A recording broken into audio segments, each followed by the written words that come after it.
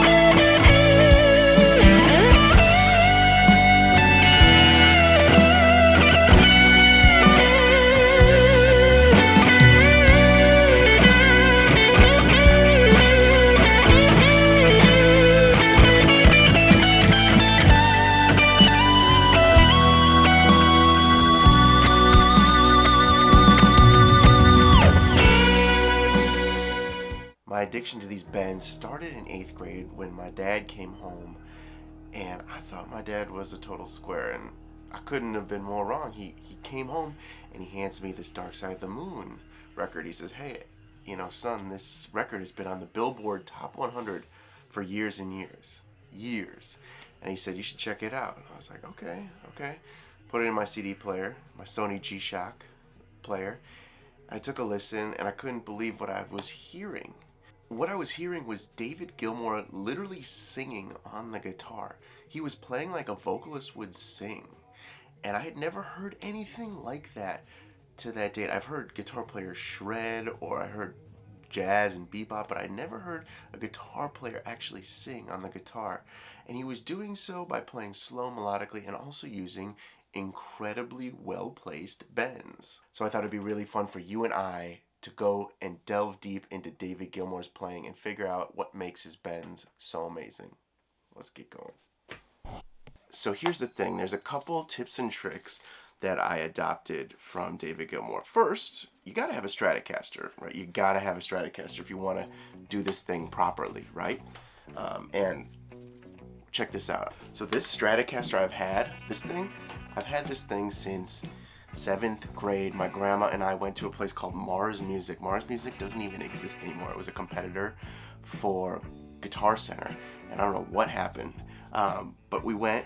I said, this guitar looks amazing. Jimmy plays Stratocaster. I want, Jimi Hendrix, that Jimmy. And I want a Stratocaster because I want to be like Jimmy. That's why I got the white, the cream white.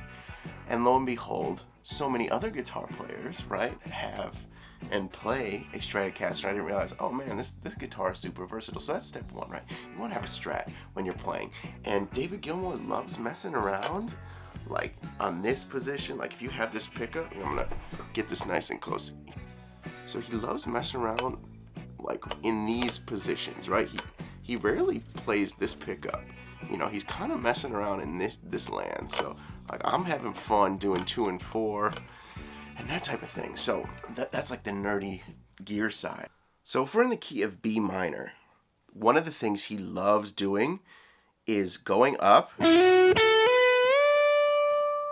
doing something like that. It sounds very Eagles-esque, Joe Walsh, but he does this all the time as well.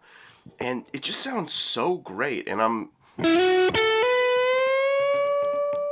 I just love doing that, especially with a little more delay and saturation. It would sound like this.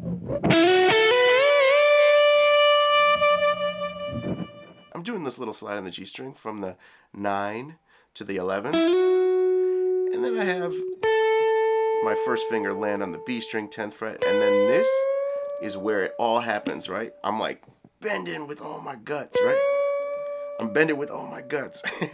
And I'm using my ring finger to bend up the 12th fret up to this fret, right? The 15th fret. That's the note I'm targeting. And it helps to have a little juice, a little saturation. So that's the first thing.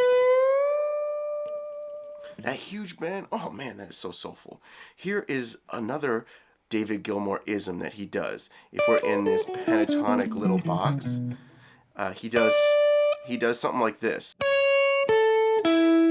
It's just an A major triad. So if you know this D shape, and you slide it all the way up so that your this finger is on the 9th fret, you got it. And then he'll say something, he'll make it a David Gilmour-ism by doing this. Right? So he's doing this and then bending up and finishing out the triad. So that is such a little David Gilmour-ism, right? I love that. And here is another little David Gilmour-ism. And you're going to have to, this is the final little bendy thing that I love when he does it. However, you're going to have to forgive me because I'm going to do it down the octave and then I'm going to do it up the octave so you can copy it. So it's basically, it's that bluesy sound, right? It's so bluesy. All he's doing is taking his ring finger and he's bending up. He's bending up to the, he's bending this 10th fret on the B string all the way up, and he's catching the E string 10th fret with his pinky. And he'll do something like that. He'll also do something way up here. I don't know if this thing will screech. Okay, so that, and here's the thing. Here's a little couple bending tips and tricks. Make sure your ring finger is the one bending, and make sure you're reinforcing your bending with this middle finger. Always reinforce, otherwise you're gonna just have this terrible, if you're trying to bend with your pinky, it's gonna sound like terrible. It's gonna sound so bad. So make sure you're bending with your ring finger always, you know, and you're reinforcing with this middle finger. Thank you for tuning in to Soulful Guitar Lessons. I love David Gilmour. I want to know what your favorite Pink Floyd guitar solo is. Let me know in the comments. There's honestly so many to pick from. I'm curious to hear what you choose. Thank you so much for tuning in. I will see you very soon.